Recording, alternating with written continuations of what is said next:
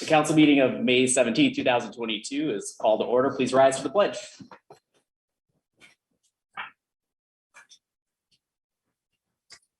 I pledge allegiance to the flag of the United States of America and to the republic for which it stands, one nation, under God, indivisible, with liberty and justice for all.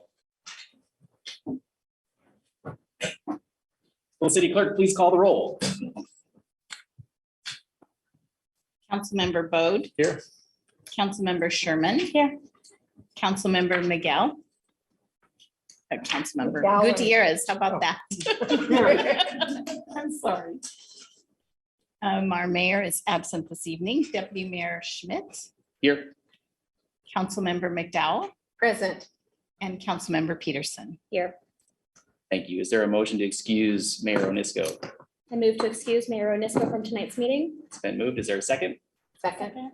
It's been moved and seconded. All those in favor say aye. Aye. Opposed? Motion carries. We wish Eric well. Look forward to having him back soon. And looking forward to doing more of these meetings in public. It's fantastic to be here tonight and see you all here. Thank you for welcoming us back. We'll see how public comment period goes. So does any council members have any late changes to the agenda this evening? I do have one suggestion on the presentation order. I would like to flip-flop the order, taking the Historical Society presentation first, and then the homelessness survey, if there's concurrence with the council on that. Thank you. Very good. All right. Next up on the agenda is the consent agenda. Is there a motion to approve the consent agenda as published? Oh, thank you very much. My apologies. I skipped council reports. Councilmember Gutierrez, back to you. Thank you. I met last Monday, second Monday of every month, the Shelton Metropolitan Parks District and the Parks Advisory Board. And we talked about if there are new developments, we'll have new parks. And if, with the parks we have now that are aging, like at the park just down over here behind us, we need to might have a new play center. And we're thinking about things like that. So what we were wanting to do was have everyone give us their feedback and come to these meetings and talk about what we need for these parks. What was discussed at this meeting was, do we want tennis courts? Do we want cement ping pong tables? Do we want pickleball courts? Do we want mini soccer fields? And do we want a disc golf goal in the park? So those are the things we talked about, and we'd like to invite you to come to these meetings second Monday of every month, 5:30 p.m. here. Which leads me to the Mesa County Disc Golf. I met with Justin Holsgrove with the Mason County Disc Golf Association, and he told me some interesting things. First of all, he presented me with this disc. He said, put your name on the back and put your phone number on it. And if it ever gets lost, it goes into a lost and found bin and then goes to a local shop called In Shelton Homes. And they will call you and make sure that you get it back. And if it doesn't get reclaimed by its owner, then it gets sold and the money will go back to the Parks District. So it's a really good association that we've made.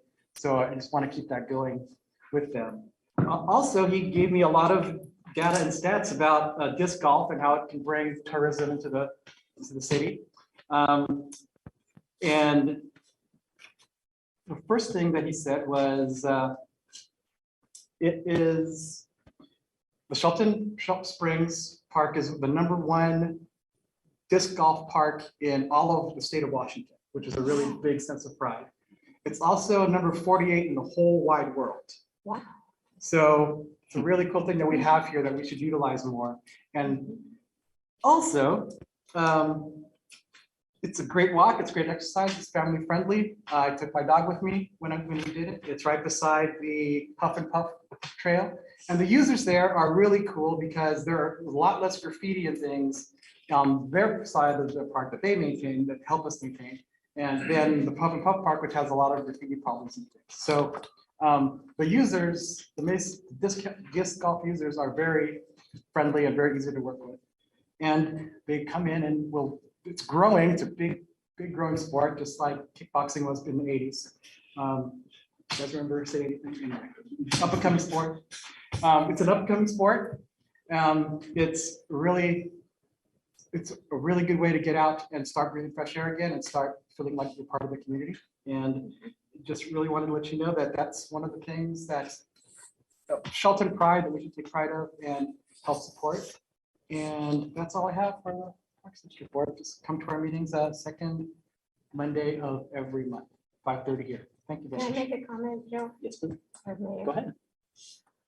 Miguel, that's a great report you gave, and it proves that when we are busy physically and out getting fresh air, that we're not busy trying to figure out things to do. That's not very creative. So anyway, a good report. Thank you. Thank you. Any other council members with report this evening? All right, thank you very much. Thank you, Councilmember Gutierrez, for that. Moving on to the consent agenda, is there a motion to approve the consent agenda as published? I move to approve the consent agenda as published. Okay, it's been moved. Is there a second? I'll second it. It's been moved and second. Any discussion or debate? Hearing none, I'll call for the vote. All those in favor signify by saying aye. Any opposed? Motion carries.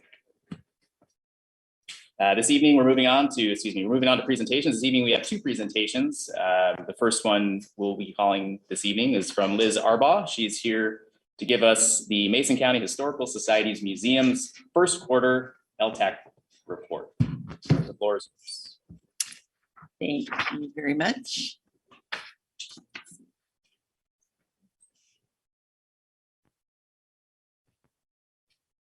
If all my pretty pictures come up.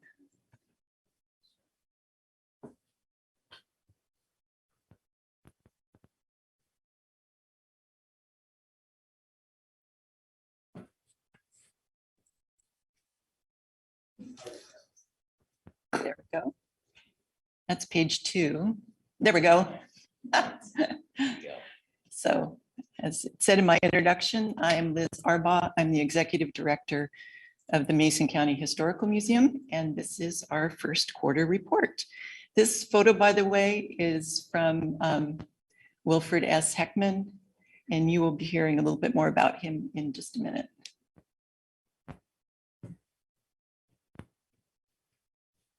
I can coordinate notes and all of that. So the museum caters to both the cultural tourist and the local resident. We're there 5 days a week, year round. And so when the weather is crummy, like it is a lot of the time, we are a place to come to take some time to learn about Mason County and Shelton history.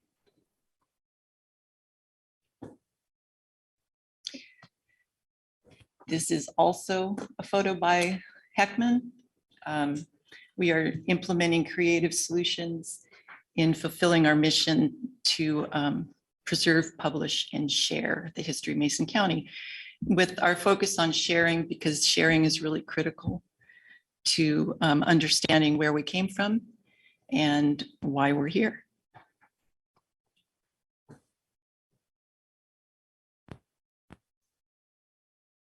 Come on.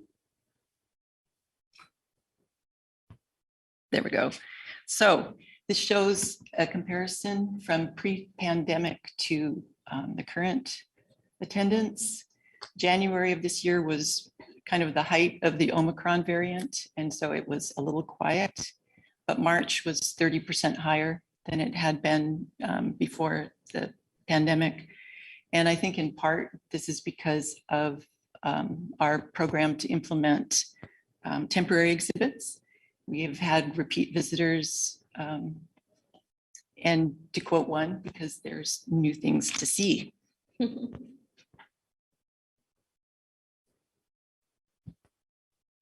big buildup. This is Heckman. It's a priority this year to try to preserve his negatives. We have roughly 750 of them, and they are starting to decay. So we have received a grant from the Mason County Historic Preservation Commission to scan them, and the balance for archival boxes and a new freezer is coming from our members. That will allow us to preserve these negatives indefinitely. And they really are some of the iconic images of Shelton and Mason County. Yep. There we go. And along with scanning the images, we want to be able to find them afterwards. This is Kale Parker. She is the granddaughter of Norm Eveleth. I don't know if any of you know who he is, but she is working on her master's degree in, what is it, library and information technology, something like that. Anyway, and she has been working to catalog all of our photos that have been scanned, and we are putting them on a website called Omeka, so that we will be able to find them later, because we have thousands of photographs scanned and sometimes it's not easy to find them.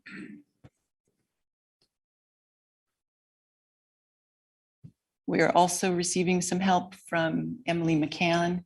She is currently the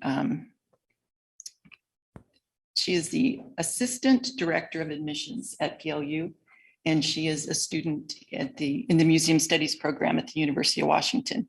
So we are looking to expand our educational component and creating content for families that will be on our website, and then also trying to get them out into schools at some point.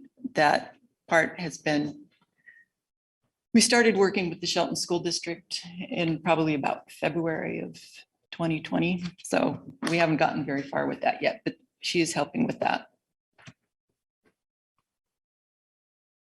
Another way that we want to get history out there is a free app that was developed by the National Endowment for the Humanities called Clio. And this will allow us to map sites and provide some of the background of the historical sites in Shelton and in Mason County. So we currently have a paper map, but this is, this will be available on a device that most people already have. Our current exhibit, which is probably coming down tomorrow, has been called Scraps of History, which has quilts from our collection. We've gotten a great response. We had a woman come in today to see the quilts. Last week we had people from Silverdale drive down, and then they go to lunch. So it's been great.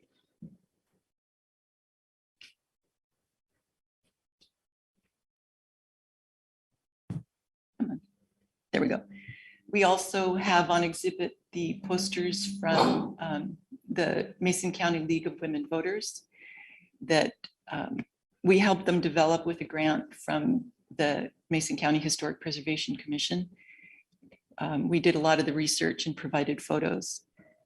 And the collaboration was a really great way to share the knowledge of local history, and then it also increases the visibility of the museum.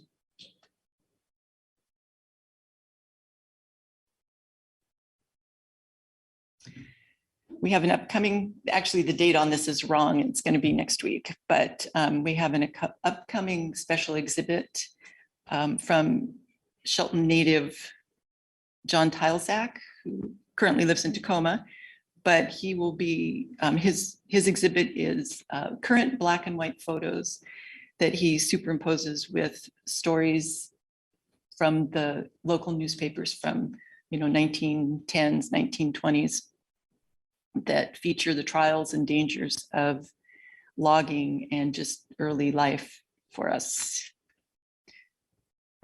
That should, yeah, so next week.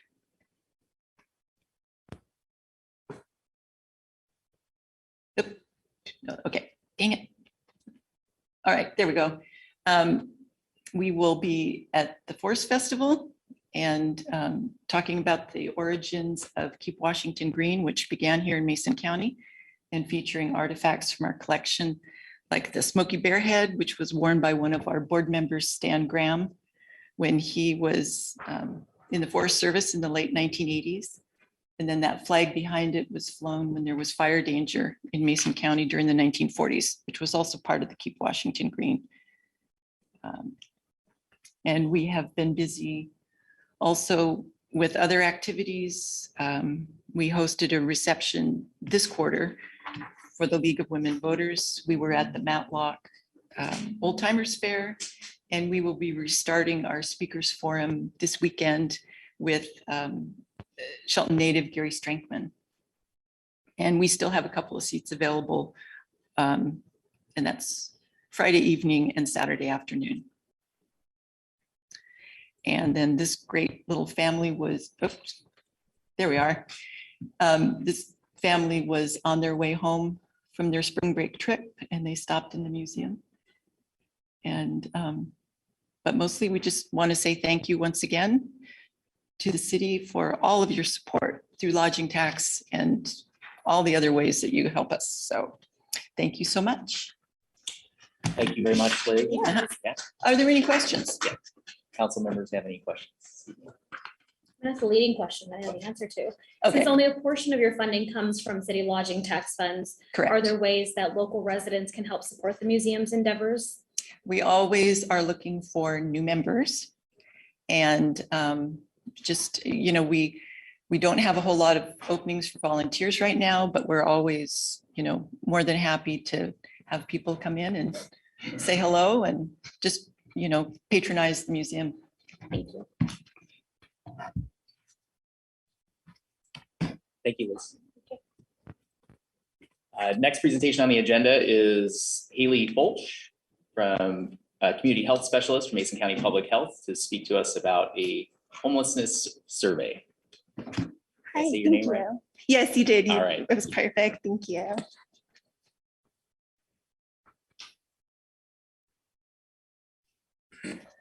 Okay, so yeah, today I'm here to talk of the community take on homelessness, and this is from the business's perspective.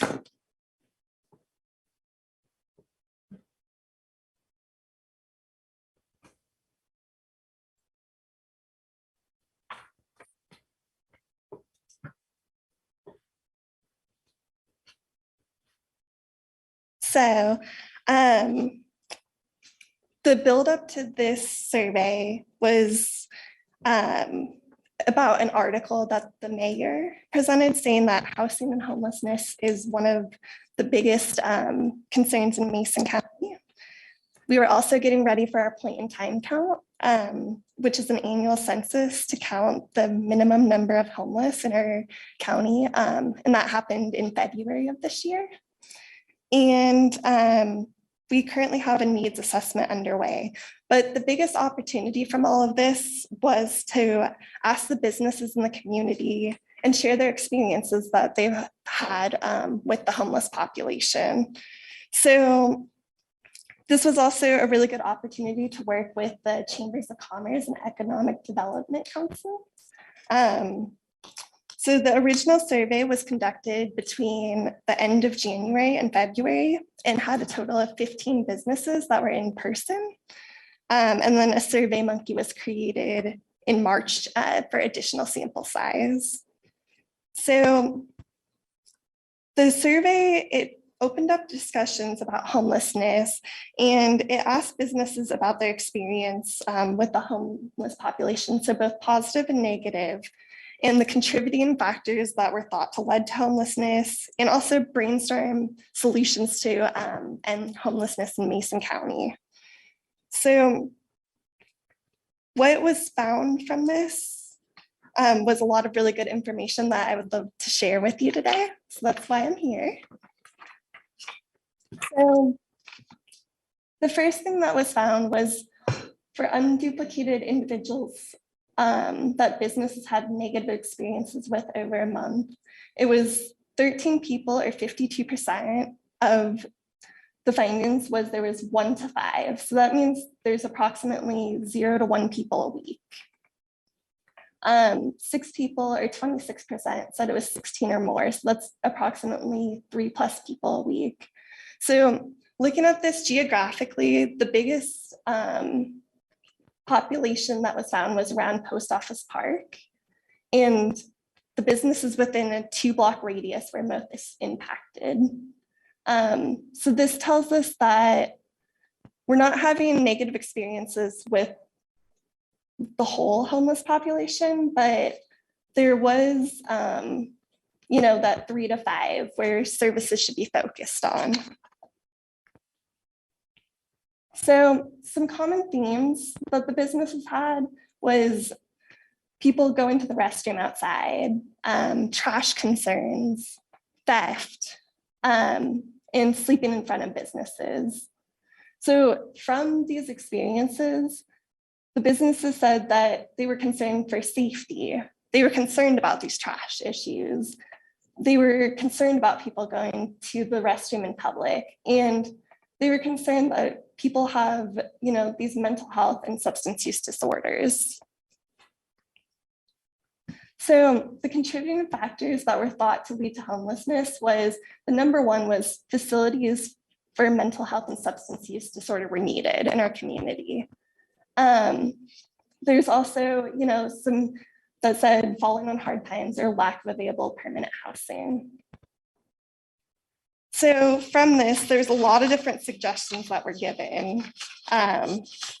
So some of them, I took all of these from the surveys directly. So proper care for mental health and substance use disorder are needed. Permanent supportive housing, supportive services, more access to resources that the homeless population are willing to accept. Having the homeless population participate in cleanups, teaching life skills, more police presence, more bathrooms, working for food or shelter, tiny homes, mindset change in the community, long-term incarceration in bigger jails, making it uncomfortable to be homeless, managed care, and universal base income. So something that I just want to go back on to is this was a really good opportunity as well to provide what resources are available in our community as well. So I do have these available as well, and I will definitely leave those. So any questions from this? Any Councilman Lemisco, or excuse me, Gutierrez? How many respondents? Yeah, so the original one was 15. That was from it in person. And then it was 10 additional from the Survey Monkey. So it's kind of, if there are how many citizens in Shelton? About 10,000. So there's kind of a small survey sample. Is there a way we can get a larger sample in the future, or not just ask businesses, but ask everybody?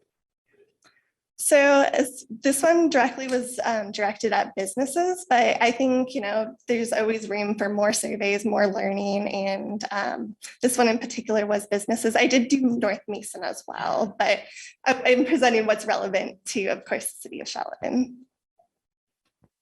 More questions. Go ahead. The point in time count, is there another way to count homelessness? Because that might be underreported as well. Yeah. So we do have, so the point in time count is only an annual census that gets a count, and that's the minimum number of homeless. And so we do have a coordinated entry master list where we do get constant counts of the homeless population. And we also have a system that we use called Homeless Management Information System, which is called short for HMIS. And so this is how we are able to track and continually get the numbers on the accurate counts of homelessness. Thank you. Yeah, you're welcome. Go ahead. Oh, you guys were first. Well, Councilor McDowell, go ahead. I really don't know how to put this, but thank you for your information. It was really helpful. We have this homeless issue in Shelton, and it steps over the line with the business owners, which I totally understand that. It steps over the line with private property owners, kind of just steps over the line. And what I'm looking at, maybe we need to get a citizens business advisory board together and let them look at all this information, because I think a lot of these people, a lot of the citizens and maybe business owners that's further out of town, not really they're not really experiencing it like the people right in downtown Shelton. So is that a good thing to have a citizens and business advisory group to get together and really, does that happen very often?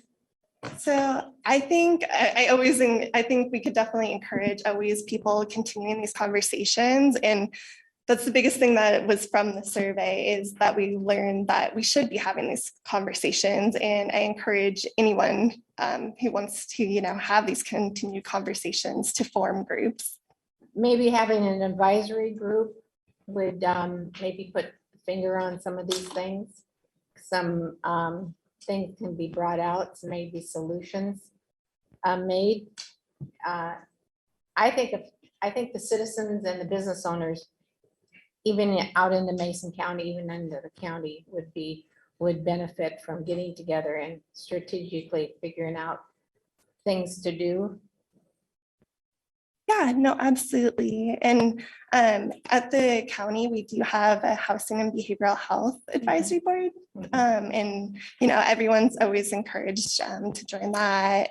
But yeah, I think more awareness to it and more conversations about it is definitely needed.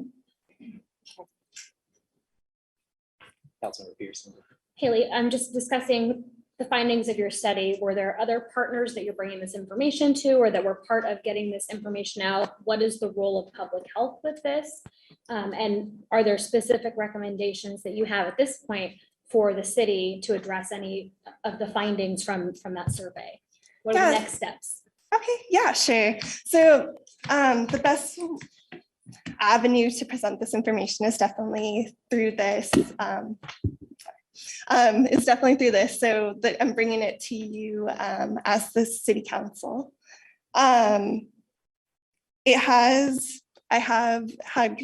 had conversations with our advisory board at the county, and that includes some of our commissioners, but I think having a partnership and collaboration between the city and the county is going to definitely be ideal. And from this, I'm just sharing data here. So the next steps, I think, are in continued conversations, and there's a lot to do with the strategies to combat homelessness and how do we solve this. So in order to do that, we need to increase in housing stock. So there's not enough open house units to house all unsheltered currently at this time. And recognizing if a person is mentally ill, connecting them to the proper resources, looking for more opportunities for things like supportive housing.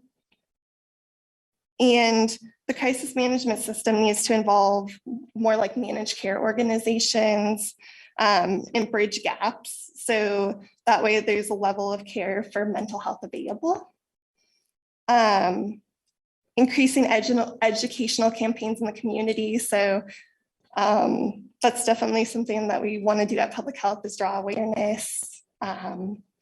And just the community working together to promote change. My question was pretty much answered. It was action steps, and you hit it. All right. Any other questions? No, unfortunately, this is kind of a back and forth between her, but we'd be happy to hang back after the meeting and have any conversation with you if you're interested. So, thank you very much, Haley. Thank you. Appreciate your time tonight. Excuse me.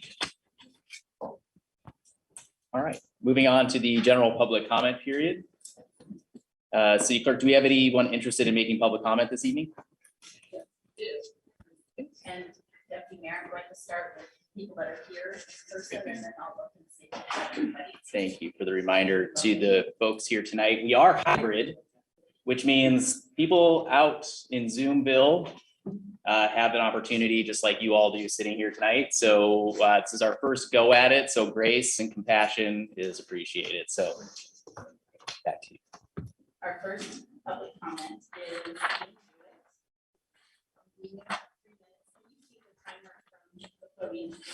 I think so. I can borrow your glasses too, though.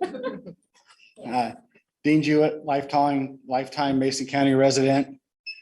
What a great segue into one of my favorite topics, and all of yours as well, I'm sure. Thank you to the young lady for bringing some of those points up. Whether I disagree or agree with some of them, all of them, or none of them. There has to be some action that's taken. There's business owners sitting in this room right now, along with my wife and myself, that are getting fairly fed up with what we have going on downtown. She did make a good point about, Post Office Park, which actually isn't a park. It's owned by the post office, and it doesn't need to be treated as a park. There is a standing no trespassing order issued by the postmaster, just like we have. So police need to have positive and proactive enforcement of those people. And you guys sitting up here as our community members that we've elected you to make these tough decisions. And these are very tough decisions. Don't get me wrong. I mean, there's a lot of people that think that I have zero compassion. Okay, so that's not the case. I will help anybody up all day long. I will never help out. I am tired of enabling, but if you actually want some assistance and some help and a push in that right direction, then I'll get behind you all day long. So I'm begging the individuals that are sitting in front of me to step up and make some of these hard decisions that need to be made. We're getting an influx of people that we haven't ever seen before. And some of the people that had some respect and had some integrity. And I don't like to use the homeless word. It's not the homeless that are causing these problems. The majority of the people that are causing the problems that we have are the drug addicts, the thieves, the mentally impaired, all of these things. How did they get there? I don't know the answers to those questions. How did they get there? They do need a little bit of compassion from us. And some of those people will never be able to make the right type of decisions. So we, as community members, and you have to make those right decisions for them. The people that can actually help themselves, we have enough services. We have plenty of services. There's 7 or 8 different organizations within Shelton that help people out. And there's a lot, and there's some of those that are better than others. I just took a tour up Hillsborough Creek in Goldsboro Creek. There's a huge abandoned camp up there. You'll see the pictures on Facebook. I'll get them sent to all of you guys. People that hand out and help those people, it's not helping them. Thank you. Thank you. Our next person is Jackie Jewett. It's my wife, by the way. Okay, I think I'm ready. So most of you know that I'm a teacher, and that is my passion, that is my love. I would do anything for those kids, right? My biggest question is, what is best for the kids? And so from my perspective, we need to be thinking about what is best for Shelton. What is best for our community? And so I know that my experiences with the homeless have been different than Dean's. And I have seen students, down there at our food trucks and things, and have asked about how safe it is. And I had an up close personal experience with the homeless lady who came into our parking lot. I had my granddaughters with me. And she just comes in. At first I thought she was just being happy. And the closer she got, I could tell that there wasn't something right. And so she got real close. And my granddaughters were afraid and hid behind me. I didn't like that feeling. Our employees are scared. They're scared of these people. We tell them, just call the police. It's like, we have cameras, and our cameras go off all night long. We look at our footage. There's people in our garbage. There's people that are just, defecation, urination, all this stuff happens right there. at our place. And it's frustrating because I want our customers to be safe. I want our kids growing up in Shelton to know that they're safe because that's what's best for kids. So we talk about, and Haley had a lot of good information and I appreciated her doing that. I don't recall that we ever heard about the survey. So under my knowledge, we were not notified. But there are solutions out there. And Kathy, you talked about an advisory board. That's what we need. We need an advisory board to talk about these things, look at the data. The data is there. It's just like I have data on my kids. If I don't do anything with that data, if I don't pull back and go, hey, what do they need? What do they need to learn? They're not going to learn what they need. So we can't just look at that data. We have to take that data and we have to compile all that information and we have to put all of our brains together and figure out how we can make Shelton beautiful. We talk about tourism, a lot of tourism. You know, we get a lot of people come to our truck from different cities, you know, and so they come through, but do they come back or do they stay? What do they see? We pulled up to the post office park just 2 weeks ago or last week, and the guy's sitting in a chair smoking meth right there on the corner. We called the police, so we don't know what happened, but that's what our kids are seeing. That breaks my heart. So thank you. Thank you. Our next person is Rebecca Bechtold.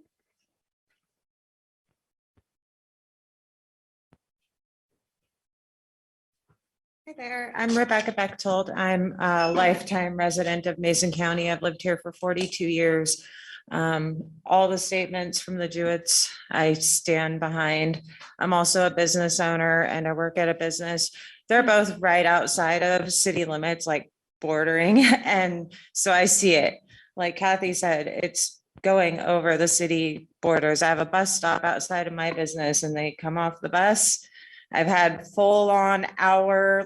multiple hour long meltdowns in front of my store. I would say it was a services, people come help the gal onto the transit bus and away she went, put on to the transit bus by someone that's supposed to be helping her. And she's now in the arms of the city transit. And that made no sense.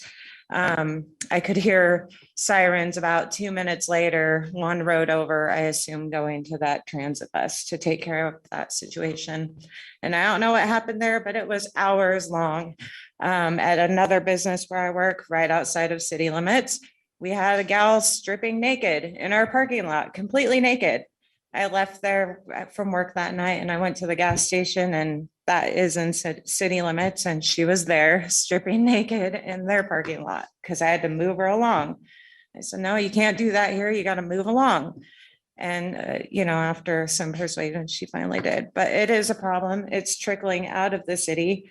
Honestly, I don't know what we need to do about it, but there are cities that don't allow homelessness. And I appreciate Haley's surveys as well. One I've been really curious about is how much of our homeless population is actually from here or just coming here for the services we provide. Because like Dean also said, we have lots of services. They're there for the people that want them and want to get them. But how many of these people are actually from here? And so why are we giving out services to all these people instead of moving them along back to where they came from? Maybe Kitsap County or Thurston County. But I've also worked in downtown Shelton. And like I said, I grew up here. I used to run around downtown as a kid and feel safe and fine. We'd go to the movies at 12 years old and, my mom would come pick me up. I would never let my kids do that. Never. Not with the transit system right next to the movie theater there. Like, no way, no how. I've had homeless people walk up to my window before I'm even out of my car at Safeway trying to get handouts from me. I don't go to Safeway anymore, and so that affects their business. And I'm sure they get a lot of that because I won't go there because of that. It's not right. And that was, it was a couple of years ago when that happened, but it's still going on. Anyways, we need to work on change. I know we can do it. Maybe move them along the best we can. Okay, thank you. Curtis Fosdick.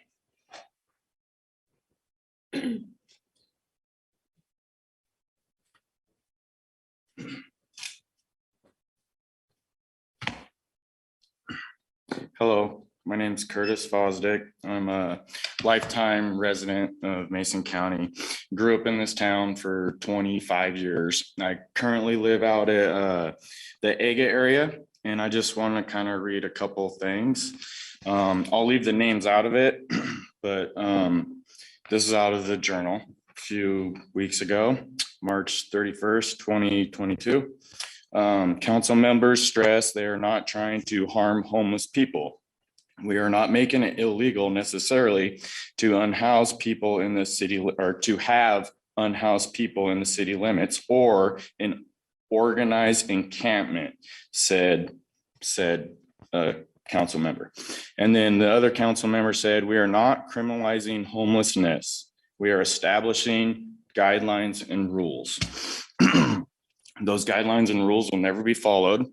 And the first comment was the first two solutions that need to be implemented ASAP, which is making it illegal to have unhoused people in city limits. And then the second solution I would start with is making it illegal to have organized encampments, because they are never going to work out.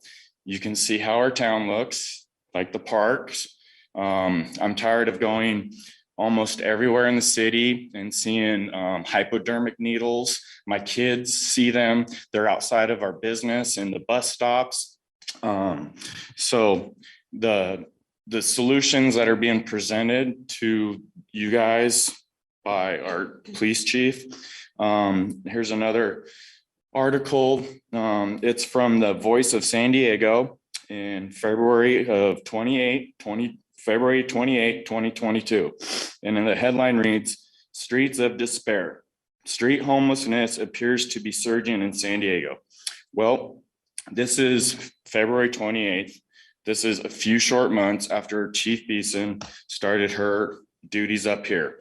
She was down there for 20 years. She's started on the task force in 2017, and she started implementing these theories into their community down there. And well, you could tell by the headline, they did not work. They will not work there. They will not work here. So we need to come up with actual solutions that protect the property owners and the voters and the taxpayers of our community, because we are protecting and enabling people that are just destroying our community, and it needs to stop. Thank you.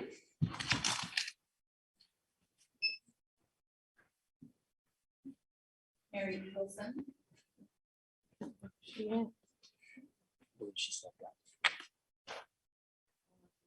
Barbara, is it Barbara Southwind?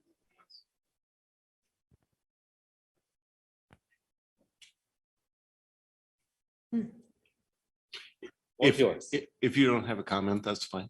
We can move on, to the next. The last one that's signed up is Keith Fuller. No comment. And let me check in Zoomville, as they call it. I don't see anyone else. All right, thank you very much. Moving on to the business agenda. There are no items on the business agenda this evening, so we'll move on to the action agenda. Community Development Director Mark Ziegler has information for us about neighborhood residential zones.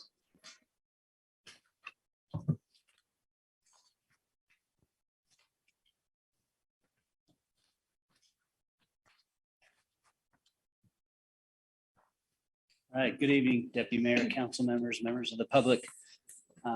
Once again, bringing to you tonight changes in chapter 20.08, which is our neighborhood residential zone chapter, and 20.64 for design standards in neighborhood residential zones. This was originally briefed to you on April 19th. We had a previous study session as well covering these topics. I will point out two changes within the codes that were made after the 19th brief. In 20.08, we removed the reference to household pets, animals and pets, because that's going to be covered in chapter 7, title 7 for animal control.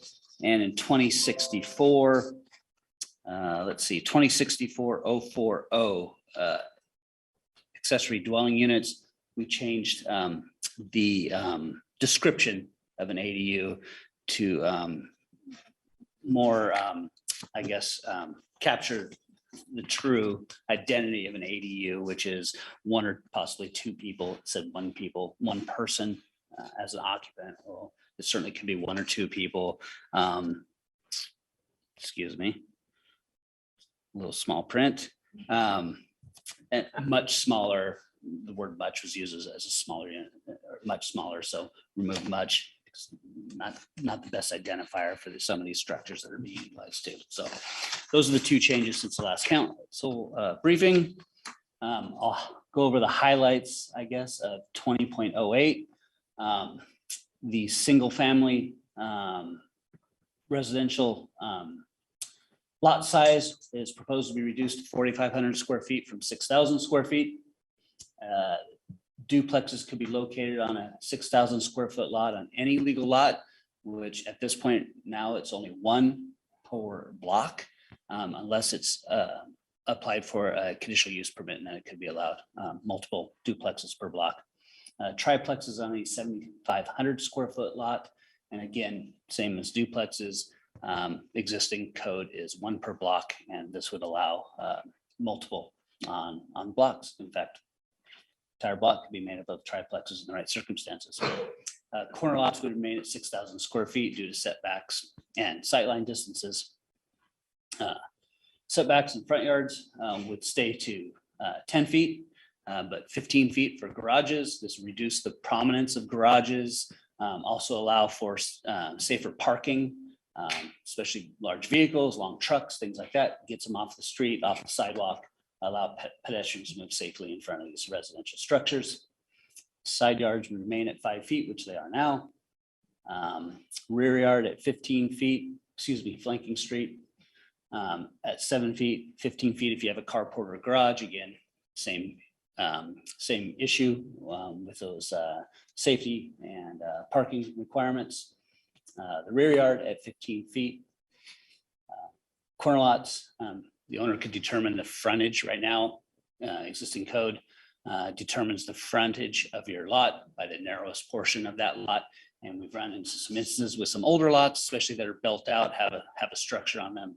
And they want to come in and perform a remodel, do an addition, something like that. And some of the setbacks prohibit those additions. So in that instance, we would allow the owner to determine the frontage of the lot where it applies to the existing structure. Building height would remain at 35 feet. Development coverage would remain at 50%, except for the instances with accessory dwelling units where we'd allow a 10% allowance to increase that development coverage for placing an ADU on an existing lot.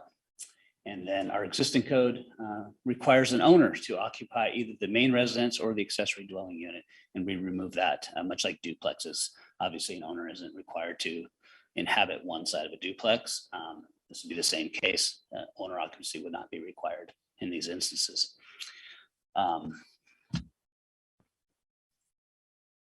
Touch briefly on the design standards in 2064.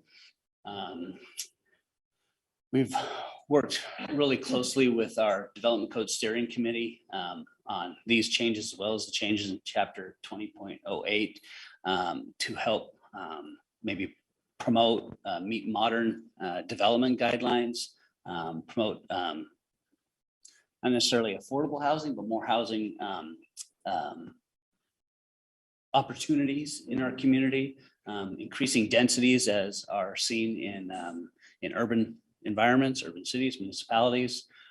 With those urban densities, there's greater impacts, right? And so some of those impacts are as these houses get closer together, have smaller lots, some design standards that set houses apart, create more livable communities. They function better with the setbacks and with some of the designs that would break up some of these communities that have or neighborhoods that might have the same structure over and over again repeated. So a few things that would be required within the design standards in neighborhood residential zone are the facades having contrasting trim, wall openings at their wall openings and or corners.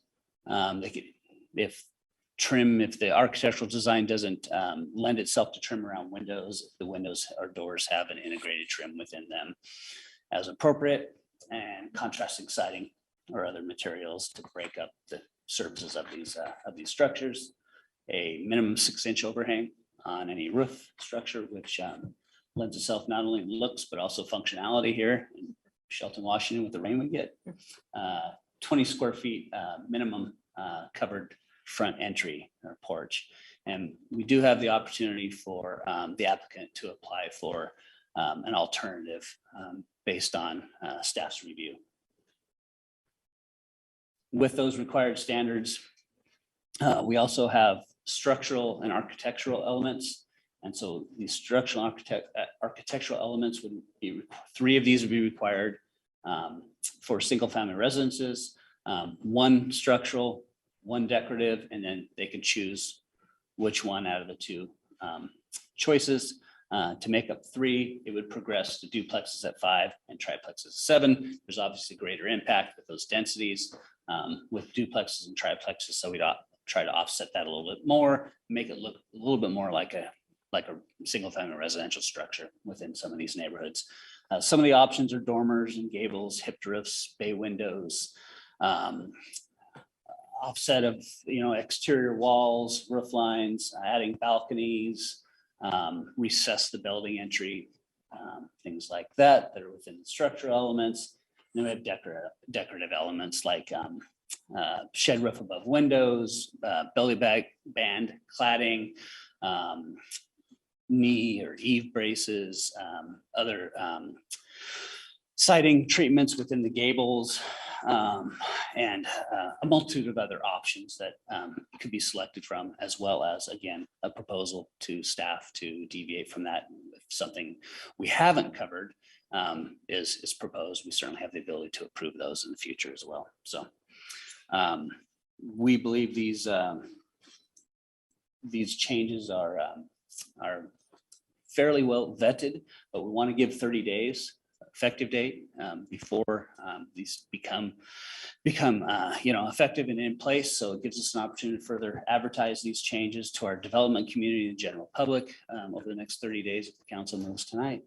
We'll certainly reach out and provide that information and have some more written information, a checklist, if you will, that would go out with our permit packaging. So applicants would know how to proceed to meet some of these design requirements that come forward. We're certainly communicating that now if we go through pre-submission conferences or just inquiries from the building community, development community. We're letting them know that these are potential changes that could come down the pike, so they can plan and be prepared for those if they plan on submitting in the near future. So I think that wraps up my presentation tonight, and I'm open to questions if the council has any. Do we have any public? Do you have any public comment? No, we don't, Deputy Mayor. Thank you very much. Can I get a reading of ordinance number 1984-0222? Ordinance number 1984-02. Ordinance of the City of Shelton, Washington, repealing and replacing chapter 20.08 and amending chapter 20.64 of the Shelton Municipal Code relating to neighborhood residential zoning and design standards. Thank you very much. Is there a motion? I move to approve ordinance number 1984-0222 as presented. Second that. It's been moved and seconded. Councilmember McDowell. I have one question and one statement. So on the very first page, the property size for 6,000 feet, you brought it down to 4,500 feet, right? Is that for density? Is that, It certainly adds density. It could also provide for more affordable, development. A 6,000 square foot lot is obviously more expensive than a 4,500 square foot lot. But certainly we're seeing more people that might not want to take care of a large lot. At 50% lot coverage, it doesn't utilize the entire lot. They might want smaller yards, don't want to maintain those and manage those. So there's various opportunities with the smaller lot sizes, certainly. But it's fairly, common in urban environments, municipalities to have lot sizes more similar to that than the 6,000 square foot. okay, and then the second is the comment about decorative garage doors. My neighbor added these metal, they like magnetic, they look like hinges. It just dressed up the simple things to do. Otherwise it would have been just a plain garage door. So I like that decorative garage doors, and it can be an inexpensive fix. We appreciate that. I think there's opportunities within these code changes that offer the opportunity to meet these decorative and structural elements in a reasonable, Right. and cost-effective manner. Yeah. So we appreciate that comment. Okay. I have one question. Go ahead. ADUs and multifamily. Is that acceptable? Build a duplex, do an ADU in the back? Yes, under this code, yes. Okay. Yeah, if obviously meet setbacks, Yes. meet lot coverage. Yeah, exactly right. All right, fantastic. Yeah. Great question. Thank you. Councilman Peterson. So obviously, we've had a lot of work in going into this, and I'd like to thank you and all the members, Keith Fuller and our other members who sat on that committee and provided feedback. That being said, something may come up that was unanticipated, and I appreciate the 30-day window. If something comes up during that time, what does that process look like? If something does come up that was unanticipated or unexpected concern? Second part of the question being, as we're looking at rolling out EnerGov and online permitting, what is the education outreach plan to reach out to the development community? First and foremost, we can always come back with an amendment to the ordinance, correct? If it's something significant enough that we can amend. If it's something within the code that allows for the administrative variance, essentially, we can address it that way and not come forward back to the council with a code amendment. But if certainly it is substantial enough and we're seeing this affect development community in a negative way, or even vice versa, if we're seeing it affect existing neighborhoods in a negative manner, and we need to readdress this, we will readdress it. Yeah, the EnerGov rollout will be incremental. We are planning for an early June, first week of June implementation, and in order to best make sure that our staff have the ability to function within that new realm that is electronic permitting. It'll be incremental. We'll most likely start with some over-the-counter permits, our typical residential roofing, windows, things like that. Some of the engineering right-of-way permits and things that are a little more less intensive, I guess, to review. And then we hope to that week start with single-family residential permits as well, and then roll into some of the more complicated land use applications, commercial development applications, and things like that. So we're working on some of our tutorials, fact sheets, and information at this time. Staff is training essentially every day when they have the opportunity to roll through those applications. And we have end user training scheduled for all staff to kind of get their final intensive dose of EnerGov and IG Inspect and IG Enforce the week of May 31st. So May 31st through June 3rd, and then with a go live essentially the next week if everything goes as planned. There obviously could be some unknowns we face in launching our initial online permitting platform, but we're looking forward to it. We think it'll be a valuable resource for our community. So, and I think from the council standpoint, one thing we've continued to work with staff on is trying to create really clear expectations on both sides so that we know what to expect of people coming in with permits and people coming in with permits know what to expect from the city. So we're all working from the same playbook, as it were. And so some of these changes I think are going to be really important as we've talked about the lack of housing inventory and essentially making it pencil for people to develop and create housing here to support the community we want to see. And so having the feedback from realtors, developers, builders, as well as our own staff, I think has been a really integral part of this process. So thank you for taking the time to kind of navigate that. And we plan on bringing more information on it and go back to the council as well may even get a demonstration of how it works. So we want to be as open and as public with this process as we can, because as you said, it'll help both city staff as well as the development community and their residents. One more, Go ahead, one more comment. So they're just bottom lining it. The goal is to have slightly higher density housing to increase our supply and also keep our charm and character of the city by having these codes, so that it's kind of a middle ground of where we can all agree that we can have both worlds. We can have the housing and retain the charm of the city. And that's what we've been discussing in study session. And that's what we might vote on tonight. Is that what the bottom line? I think you hit the nail on the head and just stated it a little differently than I did, but yes, I think that everybody can appreciate that. Yes. Thank you. Councilmember Sher. Yeah, I have a comment. Thank you so much for going through all this and laying it out piece by piece, because I literally did my homework and walked around town and looked at what houses this already applied to. And I only found one in all the city, and it was built like 40 years ago, that it wouldn't have worked. And it would be so easy to make that minor change. So, because my concern was, would it be affordable? And after doing my homework, I found out it's completely affordable. You're going to want to do these things anyways. So thank you for lining it out so it was easy for someone like me to be able to do that. But I do have a question, and it was brought up in a prior meeting, and I don't remember if it was today's session or a meeting, but pre-approved plans that the city would hold if somebody wanted to build, it's already there. So maybe there's like 6 or 8 plans that you can just go in and the city says, yeah, if you do this, you're good to go. Other towns are doing that. I've talked to other people and they say it works fabulously. Are we working on doing that? We do provide stock plan processing, yes. So if a builder or developer submits a plan, those initial plans are reviewed by the building official. A permit would be issued, and then they ask to stock those plans. Those plans are then stocked. They can apply for another permit, and they get a 50% reduction on the plan review fee for that same structure.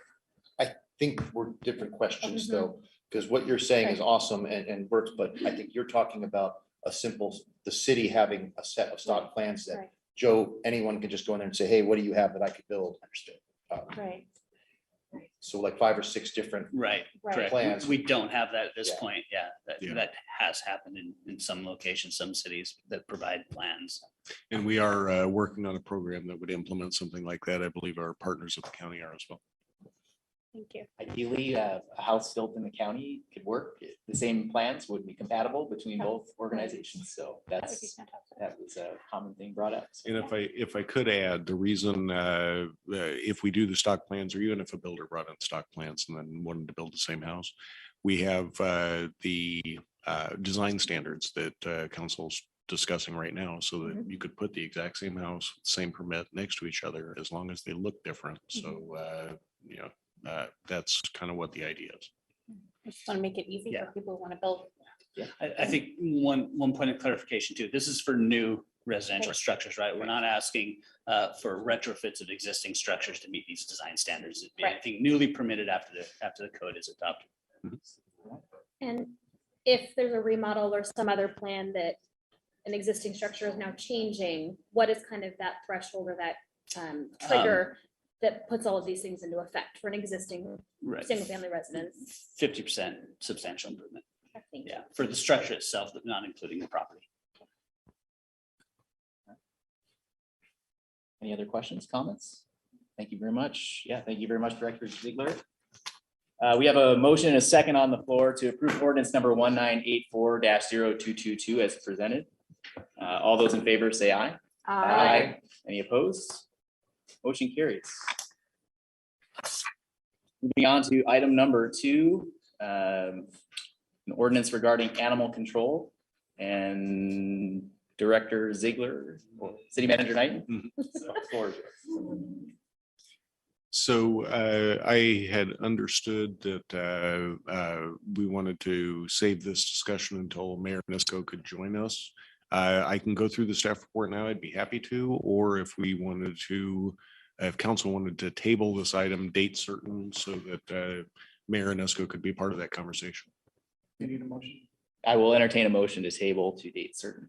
Can, I move that we table this discussion to another date, June 7th. June 7th.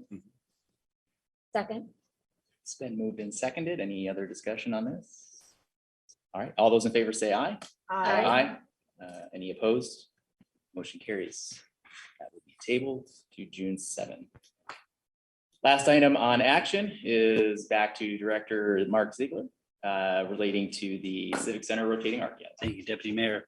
It's my pleasure once again to bring you recommendations from the Shelton Arts Commission for art placement in the Civic Center rotating art gallery. The Arts Commission met on May 3rd to jury 3 artists' work that were submitted for the installation of June 1st, 2022 through August 31st, 2022.